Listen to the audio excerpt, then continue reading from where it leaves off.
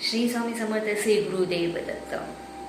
पती आणि पत्नीमध्ये सतत भांडणं होत असतील, कोणत्या ना कोणत्या छोट्या छोट्या कारणामुळे वाद होत असतील आणि घरातील वातावरण हे पूर्णपणे दूषित झालेलं असेल तर समजून जा की तुम्हाला पती पत्नीला कोणाच्या तरी नजर लागलेली आहे।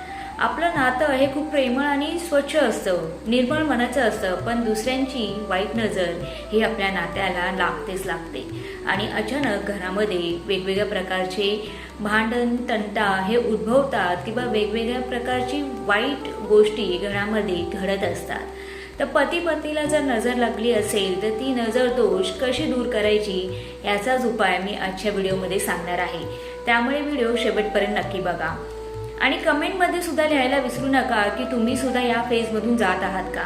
तर उपाय काय आहे, खूप छोटा आणि साधा उपाय आहे। मी नेहमी असे उपाय सांगते की जेणेकरून ज्या वस्तू तुमच्या घरातच अवेलेबल असतील आणि त्याचा बेनिफिट मात्र तुम्हाला नक्की जाणवतो। तर करायचं काय आहे, आपल्या घरामध्ये लवंग, किचनमध्ये स्वयंपाकघरामध्ये आपल्याला लवंग आढळते, लवंग घ्यायचे आहे, 7 लवंग घ्यायचे आहे। 7 लवंग ह्या हातात, 7 लवंग ह्या हातात आणि कागद, एक व्हाईट कलरचा कागद असतो तो घ्यायचा आहे।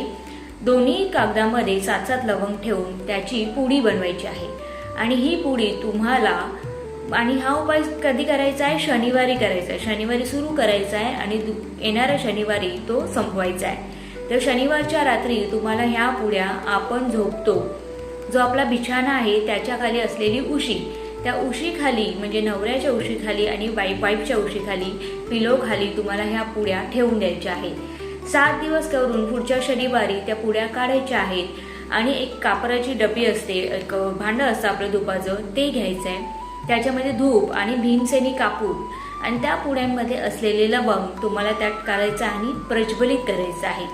प्रज्वलित केल्यानंतर त्याची जी राख बनते ना, ती राख तुम्हाला कचऱ्याच्या डब्यात किंवा वाहत्या पाण्यामध्ये सोडून द्यायची आहे।